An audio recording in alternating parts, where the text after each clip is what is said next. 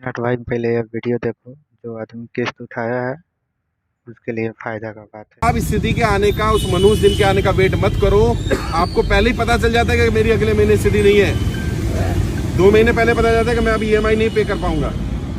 अब आप इंतजार करते रहते हो कि 3 ईएमआई बाउंस हो जाए। 3 ईएमआई का मतलब 90 दिन। 90 दिन के बाद वो हो जाएगा एनपीए। जब आपको पता है 2 महीने बाद मैं ईएमआई नहीं दे पाऊंगा, तो अभी बैंक में जब आप ईएमआई भर रहे हो तब बैंक में जाकर के लेटर दो कि साहब मेरी स्थिति आज वैसी नहीं है जब मैंने लोन लिया था, जब जैसी स्थिति थी। अगले 2 महीने बाद मैं ईएमआई नहीं भर पाऊंगा। अब मुझे कोई विकल्प दिया जाए। बैंक क्या क्या विकल्प दे सकता है? बैंक 3 विकल्प दे सकता है। पहला विकल्प होता है आपको कुछ समय दे दे, 6 महीने का, 1 साल का, 2 साल तक का बैंक को समय देने का अधिकार है अगर आपकी स्थिति खराब हो जाती है। कई लोगों ने बताया घर में जो कमाने वाला था वही एक्सपायर कर गया, अब कहां से ईएमआई देगा? बैंक को पता ही नहीं है स्थिति खराब है इतनी।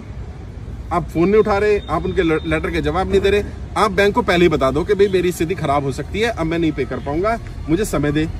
या तो बैंक समय दे देगा, समय नहीं देगा तो बैंक दूसरा क्या कर सकता है? लोन रीस्ट्रक्चर कर सकता है। रीस्ट्रक्चरिंग क्या होती है?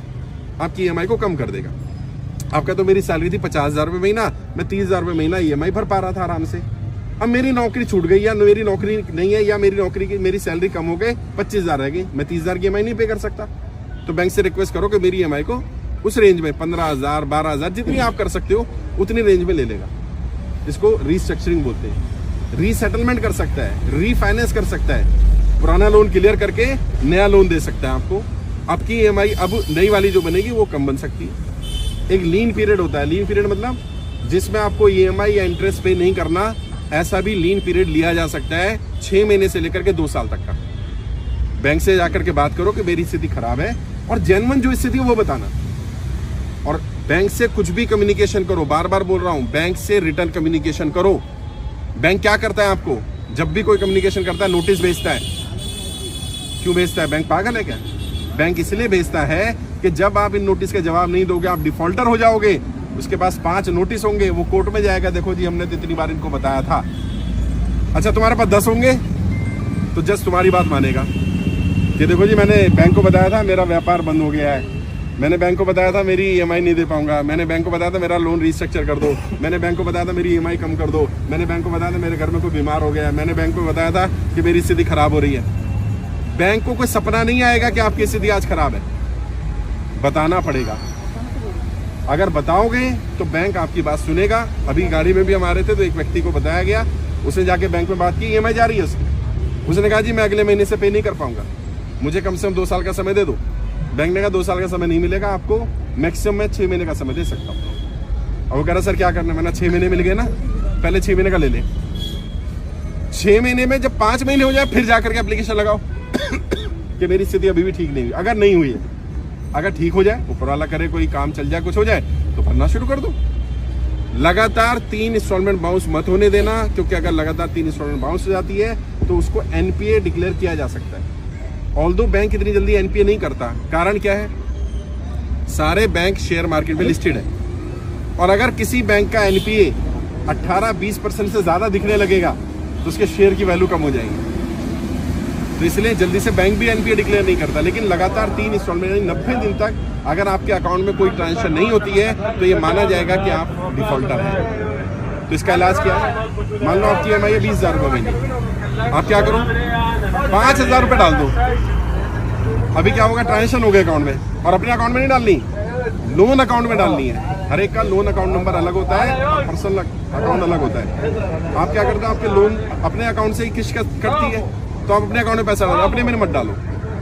अगर पूरी किस्त डालनी है तो अपने में डालो, अगर पार्ट पेमेंट डालनी है तो लोन अकाउंट में डालो। अब क्या होगा? उनकी स्टेटमेंट में आ जाएगा किसी ने 5,000 रुपये डाले। अब अगर कल को कोर्ट जाएगा बैंक कि आप डिफॉल्टर हो तो आप दिखा सकते हो, देखो जी अगर मैं डिफॉल्टर होता, मेरी भी 3 किस्तें टूट चुकी हैं, मुझे फोन आ रहा है बार-बार।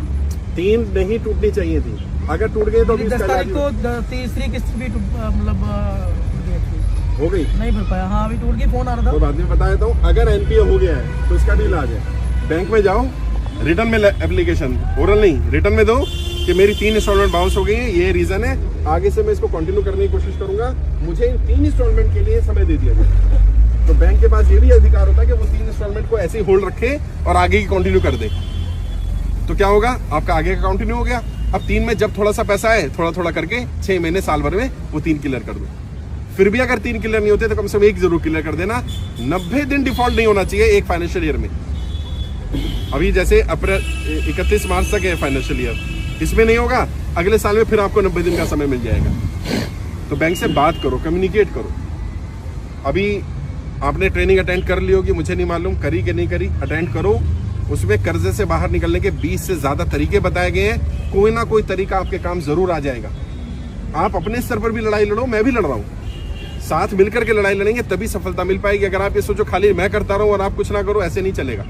आपको 3 काम करने हैं इस लड़ाई को सफल बनाने में। सबसे पहला तो अपना फॉर्म भरो और अपने आसपास ऐसे जो परेशान लोग हैं उनका फॉर्म भरो, क्योंकि आज नहीं तो कल वित्त मंत्रालय बुलाएगा, ये श्योर हो गया। जब 25,000 फॉर्म भेजे थे ना तो सरकार इसको सीरियसली नहीं ले रही थी। जब ये फॉर्म 50,000 हुए तो सरकार पे थोड़ा सा दबाव पड़ना शुरू हो गया, कुछ हो रहा है भाई। जब 1 लाख हुए तो हलचल ज्यादा हुई, 1.5 लाख हुए तो और ज्यादा दहशत होनी शुरू हुई। अभी 2 लाख होने वाले, 1,75,000 ज्यादा फॉर्म हो गए।